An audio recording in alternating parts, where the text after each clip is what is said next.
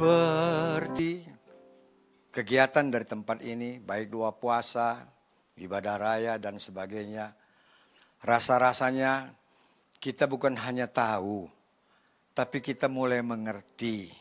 Dan sebagian lagi sudah mulai faham. Dan orang yang faham pasti akan melakukan firman Tuhan. Mengapa banyak orang gak melakukan firman Tuhan, kebenaran dalam kehidupannya? Dia gak faham. Tapi selama setahun kita dibina, dituntun. Rasanya gak ada alasan untuk kita tidak faham dan mengerti lagi. Nah, saya lanjutkan. Bulan ini tema kita adalah penyembahan esensi. Esensi itu adalah hakikat. Esensi itu adalah dasar, fondasi. Esensi adalah inti daripada munculnya integritas. Integritas itu melakukan hal yang baik tanpa dilihat orang. Dan itu juga menjadi esensi kebenaran. Waktu kita menyembah Tuhan, kita akan mulai mewujudkan kebenaran yang sudah dituntun selama setahun ini. Pada waktu kita melakukannya, maka kita sempurna di hadapan Tuhan. Memang sulit bagi saya untuk mengatakan kata sempurna. Karena pasti akan banyak orang mengatakan, mana ada manusia yang sempurna. Tapi kalau kita baca Alkitab, bahwa Tuhan menuntun memimpin kita untuk kesempurnaan, karena Dia adalah Allah yang maha sempurna. Yohanes 4 ayat 23-24, ayat yang dituntun kita pada hari ini, dikatakan kitab Yohanes itu dikenal dengan kitab kristologi. Jadi Yohanes itu mencatat paling banyak, lengkap, sempurna tentang hal yang menyangkut Yesus Kristus. Hal-hal yang tidak ditemukan di 3 sinopsis lainnya, maka pasti ditemukan di Yohanes. Dikatakan, tetapi saatnya akan datang dan sudah tiba sekarang, bahwa penyembah-penyembah benar, di dalam bahasa aslinya dikatakan proskunetes, yaitu orang-orang yang menyembah siapa saja. Orang-orang yang menyembah ya, akan menyembah Bapa, proskuneo. Proskuneo itu dengan bersujud, karena itu cara mereka, tradisi mereka dari dulu. Kalau sujud itu harus seperti itu. Ya, saya karena latar belakang saya dari sana, maka saya masih terbiasa melakukan itu. Ya, tadi pagi juga saya melakukan itu supaya Tuhan memberkati pelayanan saya. Nah, dengan demikian, dengan bersujud dalam roh dan kebenaran, di dalam aletheia, kejujuran. Jadi pada saat kita datang menyembah, seperti tadi sudah kita lakukan, dan setiap kita kumpul di tempat ini kita lakukan, kita harus menyembah di dalam roh dan kebenaran, itu artinya di dalam kejujuran. Kalau kita bicara di dalam kejujuran, maka nggak ada dusta di antara kita dan Tuhan. Saya ingat persis, kalau nggak salah 2 atau 3 minggu lalu waktu Pak Bambang mengatakan bahwa pada waktu kita menyembah Tuhan, kita harus mengaku dosa kita. Nah, ini dimaksud dengan kejujuran itu. Iya Tuhan, tadi saya salah. Ampuni saya. Kenapa? Pada waktu kita dengan jujur mengakui segala sesuatunya, maka Tuhan tertarik. Dan apa yang kita panjatkan kepada Tuhan, doa-doa kita dan penyembahan kita itu berharga di mata Tuhan. Kita belajar hari ini tentang seorang tokoh di dalam penyembahan, yaitu Daud. Saya sangat terkesan dengan Daud. Kenapa demikian? Karena Daud itu suatu pribadi yang kontroversial. Pada waktu saya belum mampu untuk mendalami siapa Daud sebenarnya, saya kadang-kadang bingung membacanya. Timbul dalam pikiran saya, orang yang seperti ini kok bisa ya? Tuhan berkenan. Nanti kita ketemu ayatnya. Kalau kita mau menelaah Daud, Daud itu satu pribadi di mata saya itu, kalau saya ngomong itu nggak enak, ya. Tapi semua mengerti lah. Ya kan? Cacat moral, itu yang betul. Kenapa demikian? Ayo kita ikuti kisahnya. Daud itu kepala preman, ditulis di situ. Satu kali dia memalak, ngompas bahasa Medannya. Datang ke tempatnya Nabal. Nabal itu pengusaha tekstil. Apa yang terjadi? Waktu dia kompas Nabal, dia palak Nabal, dikatakan jantungnya berhenti. Saya berpikir keras.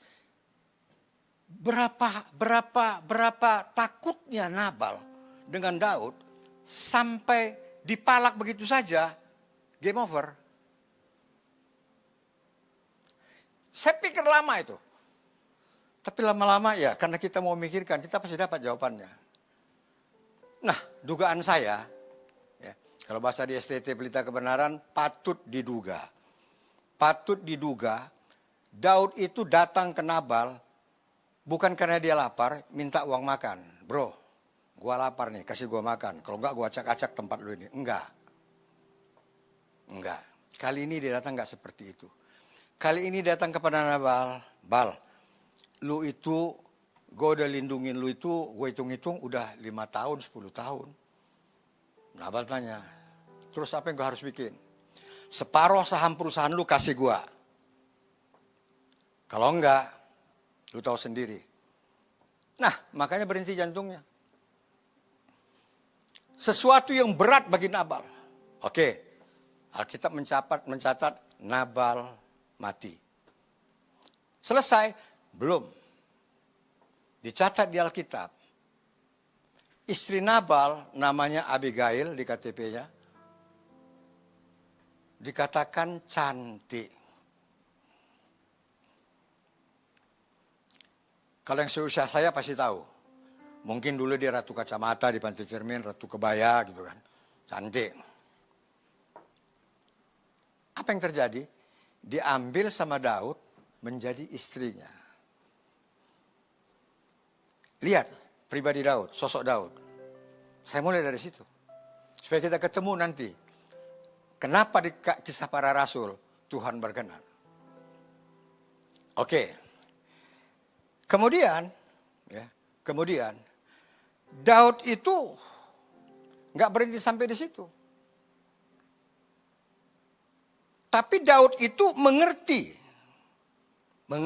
Karena kenapa?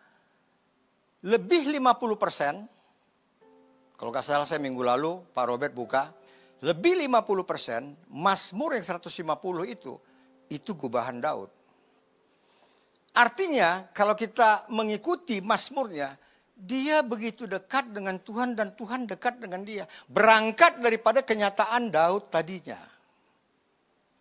Nah, karena itu dikatakan ya, kita menyembah dalam roh dan kebenaran dalam kejujuran.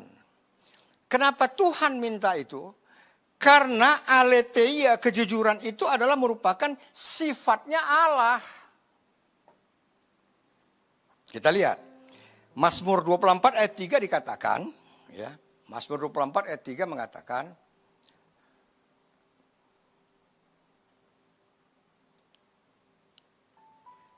Mazmur 24 ayat 3 dikatakan, siapakah yang boleh naik ke atas gunung Tuhan? Siapakah yang boleh berdiri di tempatnya yang kudus?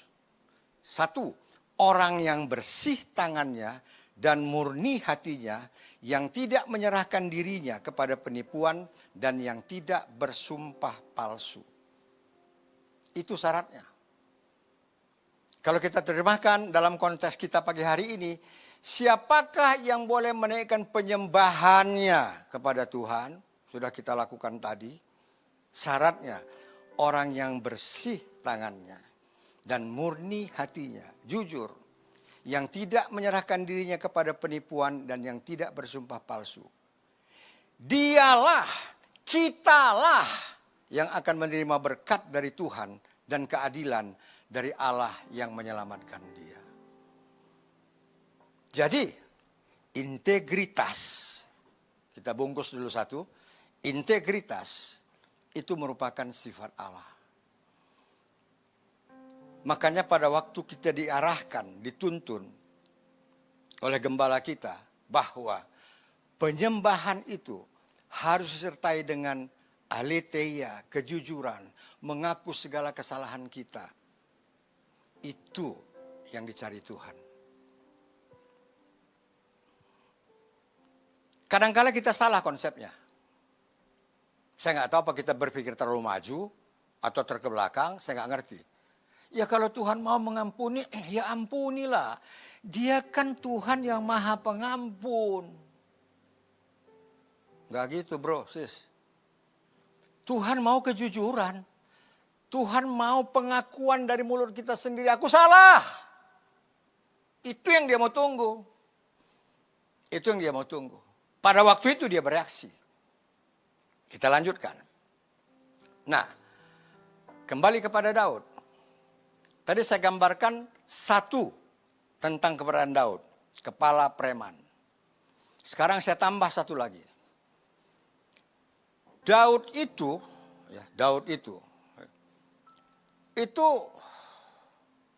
jadi begini ceritanya. Satu ketika Daud tertarik kepada Batseba. Pasti kita tahu kisah itu. Dia tertarik kepada Batseba. Kemudian, karena dia tertarik kepada Batseba, Batseba ini istri daripada Uria. Uria itu serdadu, prajurit. Nah, kemudian bagaimana caranya Daud sebagai raja menyingkirkan Uria? Dia panggil komandan pasukannya, Yoab. Kemudian katakan, nanti kalau ada peperangan, taruh Daud paling depan, kemudian kau tinggalkan dia di situ. Artinya, dia akan jadi sasaran tembak. Dia akan jadi sasaran panah, tombak, dan sebagainya. Sampai segitunya dia berpikir. Artinya, ada rencana pembunuhan di dalamnya yang direncanakan. Hukumannya berat kalau KUHP. Nah, apa yang terjadi? Nabi Nathan mengingatkan dia tentang kesalahannya mengenai Batseba. Daud orang yang begitu rupa, saya kagumnya di situ. Ya. Dia begitu cepat, responnya begitu cepat. Nggak pakai nunggu, nggak dengan alasan. Muncullah Mazmur 51 ayat 6 dan 7. Terhadap engkau sajalah aku telah berdosa dan melakukan yang kau anggap jahat, supaya ternyata engkau adil dalam putusanmu, bersih dalam penghukumanmu. Sesungguhnya dalam kesalahan aku diperanakkan, dalam dosa aku dikandung ibuku. Kan nggak mungkin. Bagaimana ada seorang bayi sudah berdosa dalam kandungan ibunya? Kita pakai akal sehat dulu, kita pakai logika dulu. Nggak mungkin. Tapi Daud ungkapkan kepada Tuhan yang seperti itu. Sejak aku lahir aku sudah penuh dengan dosa. Itu pengakuan yang jujur. Dan itu yang membuat hati Tuhan itu nggak tahan. Seberapa parah pun kondisi Daud. Ternyata Daud berharga di mata Tuhan. Saya yakin. Khususnya pria yang ada tempat ini dan mengikuti live streaming ini. Nggak ada kita yang kalaupun salah, katakanlah berdosa di hadapan Tuhan. Yang lebih dari Daud, nggak ada. Nggak ada. Nggak sampai segitu seperti saya ceritakan tadi lah, nggak. Sebenarnya kita masih punya kesempatan yang jauh lebih baik daripada Daud. Tapi Daud berhasil. Karena kenapa? Ada integritas. Tuhan melihat ada integritas di dalamnya. Kejujurannya. Berani mengakui kesalahannya. Nah, akhirnya kita ketemu apa itu integritas dan kebenaran. Kisah para Rasul, KPR itu kisah para Rasul, nggak ada hubungannya dengan kredit. Kisah para Rasul 13 ayat 22, nih. Kenapa tadi cerita Daud tadi di depan saya katakan tadi, saya nggak ngerti tentang Daud. Ya ini, waktu saya baca ini. setelah Saul disingkirkan, Allah mengangkat Daud menjadi raja mereka. Tentang Daud, ya, dikatakan, Allah telah menyatakan, perhatikan baik-baik, aku telah mendapat Daud bin Isai. Kata mendapat berarti Tuhan mencari, dia dapat. Nggak muncul begitu-begitu aja, enggak. Tuhan mencari dan dia dapatkan Daud bin Isai. Dan Tuhan katakan seorang yang berkenan, ya, berkenan di hatiku dan yang melakukan segala kehendakku. Tuhan berkenan kepada Daud yang seperti saya ceritakan di awal tadi. Itu yang saya dulu nggak ngerti. Nggak salah Tuhan. Saya kan lebih baik daripada Daud, walaupun saya punya salah, saya punya dosa, tapi saya kan lebih baik, nggak sampai segitu-segitu kali. Ya. Nih, ya. Tapi waktu saya dalami ini akhirnya saya bisa mengerti. Ternyata kenapa Tuhan begitu kesengsem dengan Daud? Karena dia punya integritas dan kebenaran. Saya yakin kata integritas dan kebenaran itu bukan hal yang asing bagi kita. Setahun kita belajar menelan dua kata itu. Para hamba Tuhan di sini sudah mengupas integritas kebenaran itu dari berbagai angle, dari berbagai sudut pandang. Udah rasanya nggak ada lagi yang belum disampaikan. Nah, dua hal itu ternyata membawa Daud menjadi one on top of the others. Orang yang disukai Tuhan. Aku telah mendapatkan. Kata mendapatkan itu yang saya dalami, saya mencari. Oh, ternyata itulah cara Daud bagaimana mengambil hati Tuhan. Nah, mari. Kita punya banyak kesempatan dan sekarang jangan cuma belajar. Ya, sebentar juga hilang. Tapi mulai kita praktekkan dalam hidup sehari-hari. Munculkan integritas dalam hidup kita. Munculkan kejujuran. Kalau kita punya toko jualan, oke, sudah. Kalau kita punya integritas, oke, sudah. Kalau ini barang asli, katakan asli. Jangan KW3 dikatakan barang asli karena kita mau untungnya banyak. Enggak gitu. Ya. Kalau kita sudah sanggup untuk melakukan itu, ganti nama toko kita. Dari toko laris menjadi toko integritas. Pasti banyak yang belanja. Karena dia nggak ragu lagi untuk masuk ke toko itu. Ayo, mulai kita praktekkan.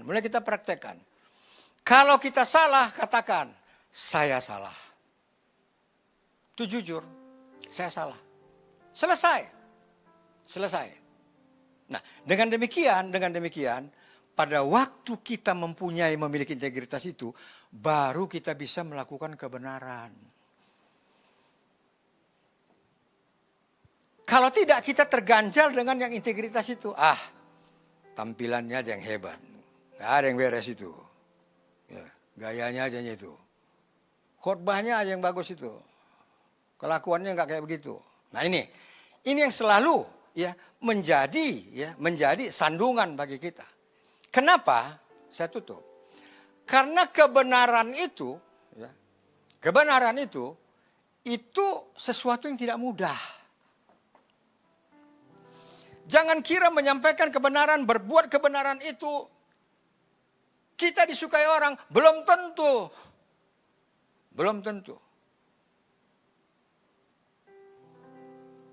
Perhatikan ini. Saat kita menyampaikan kebenaran, waktu hidup kita benar, waktu bicara kita benar, mengandung firman Tuhan, kebenaran itu, perhatikan. Maka kita akan menemukan dua reaksi dari orang lawan kita bicara. Yang pertama, orang yang berhikmat, dia akan merenungkan perkataan kita.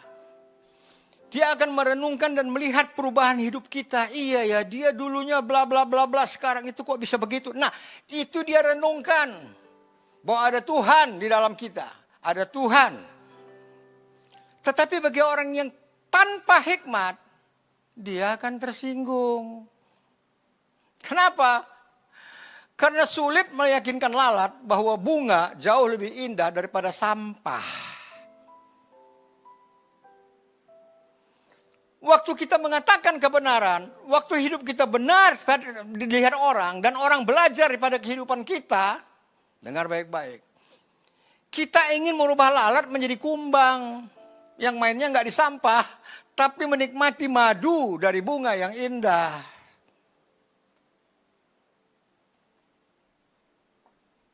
Karena itu mari, mulai kita timbulkan kebenaran. Segala sesuatu itu harus dilakoni. Segala sesuatu harus ditindaklanjuti. Segala sesuatu harus dilakukan. Baru kita bisa nikmati. Oh iya ya, waktu saya lakukan ini, Tuhan buka jalan yang ini. Waktu saya lakukan ini, Tuhan buka jalan yang ini. Waktu saya lakukan ini, Tuhan memberikan terbaik di dalam kehidupan saya dan keturunan saya.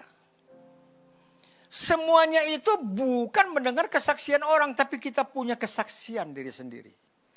Dan dari kesaksian diri sendiri itu, kesaksian hidup kita, kesaksian hidup rumah tangga kita, kesaksian hidup anak cucu kita, maka orang melihat Allah ada. Saya senang dengan kata itu.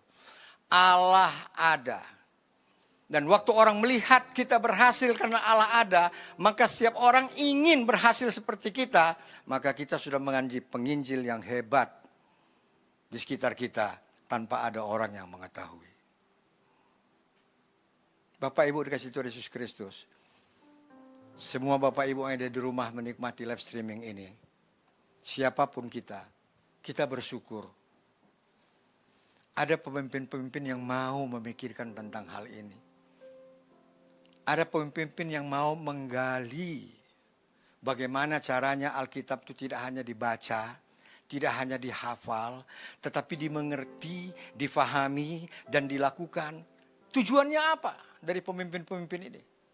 Supaya hidup kita berubah menjadi lebih baik, lebih baik, lebih baik, lebih baik, dan lebih baik. Pada waktu itu terjadi, saya percaya apa yang kita kerjakan, kita pasti berhasil.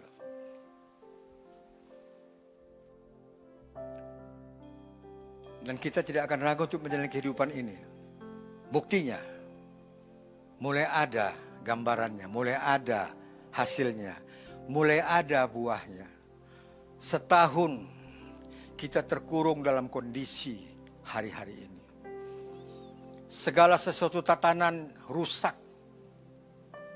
Sosial, ekonomi, mungkin ada yang tergerus imannya. Mengapa Tuhan belum menghentikan semuanya ini? Tapi buktinya kita pagi hari ini ada tempat ini. Bapak Ibu di rumah menikmati. Tidakkah kita sadar bahwa Tuhan menuntun kita untuk menjadi kuat menghadapi segala situasi? Anak-anak Tuhan itu bukan anak-anak yang cengeng. Anak-anak Tuhan itulah anak-anak yang kesatria, yang sanggup menghadapi segala hal. Kenapa demikian? Saya kunci. Karena Allah ada.